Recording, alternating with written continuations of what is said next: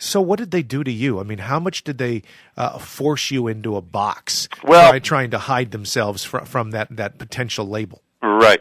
First of all, you can Google this. Just Google Donahue New York Times. Someone leaked to the New York Times the memo which told NBC News. This is a consulting company.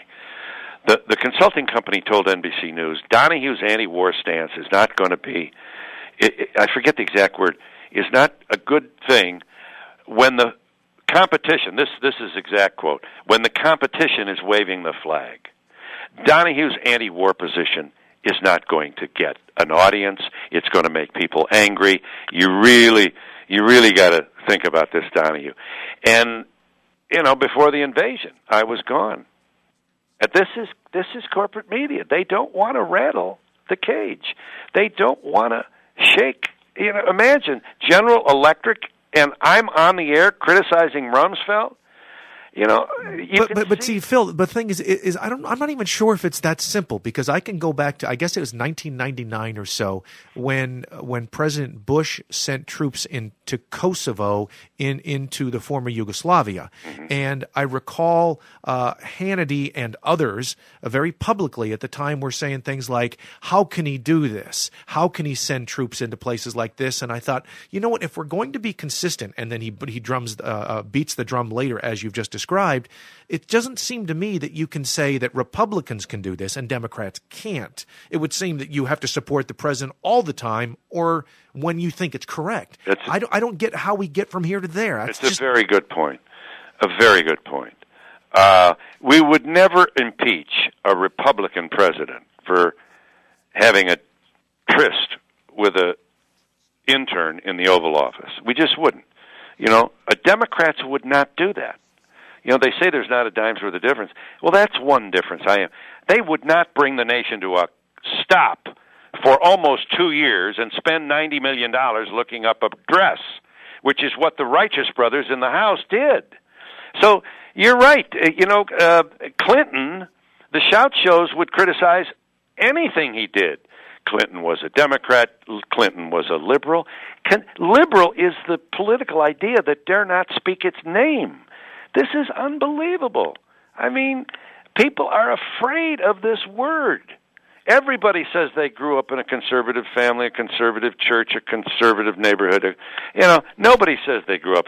Very few of us say we grew up. We don't brag about growing up in a liberal this, a liberal that. Conservative is what you want to be in America. It's more popular. Conservatives are tough. Why? Because they speak to the gut. Conservatives have, first of all, they've spent $1 billion marginalizing us. There is no liberal. There are loopy liberals. There are radical liberals. There are far-out liberals. Listen to them. I mean, by the time they're through with you, you wonder if you have any right being here in this country. It's been total, and it works. I can pop off. I'm old. My children are raised, and I have a little money. If I'm 30-something with a mortgage and 2.5 kids and a Republican boss, I don't know how much I'm going to pop off. So a lot of things conspire. The economics of broadcasting, you don't win if you don't draw a big audience, and you can't draw a big audience if you have a scold, somebody who criticizes America. This is the thinking.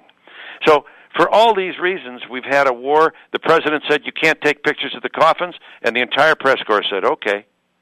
There has been no bite here.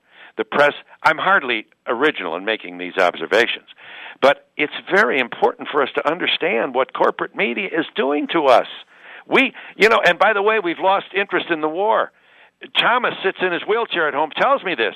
He's watching Britney Spears all over the screen with limousines, flashbulbs, and along the crawl, along the bottom of the screen, that little yellow thing goes by. It says, 15 Americans were killed this week in Iraq, whatever it was. We've lost interest in this war.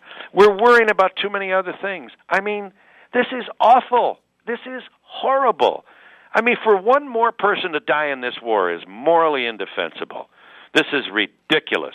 This is a rootin', tootin', shootin' president who wanted to prove he was tough.